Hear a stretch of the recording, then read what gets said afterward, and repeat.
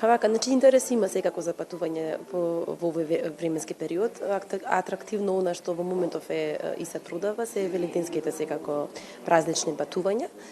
Годинава најатрактивни се европските дестинации, меѓутоа она што можеме да го заклучиме за оваа година е дека е зголемен интересот за индивидуални патувања во соседните земји.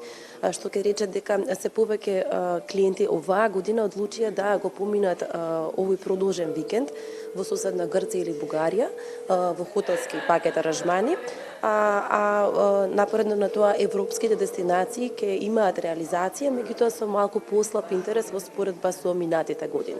Од друга страна, она што е атрактивно и активно се продава е летната програма, која што стартуваше уште лани во месец декември. Се менуваат навиките и културата на патување кај домашната публика, па се користат оние рани попусти за рани резервации и можеме да кажеме дека значи веќе активно го продаваме летото, кое што ќе стартува уште во мај, во оние предсезонски термини, со многу атрактивни цени нели промоции. Грција останува најбарна туристичка дестинација за домашната публика, збогатена со нови програми како криит со чартер и слично. Знаеме дека и нашата земја нуди преубави, прекрасни места, па кажете ми дали македонците одбираат некои места во нашата држава за посетаите за време на викендите, за празнични денови?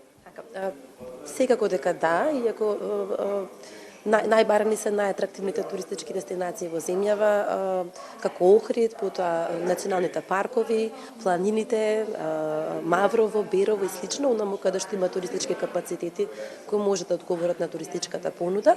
Меѓутоа сепак интензитетот на ваквите барања преку туристички агенции е малку помал во споредба со барања за дестинации надвор од земја.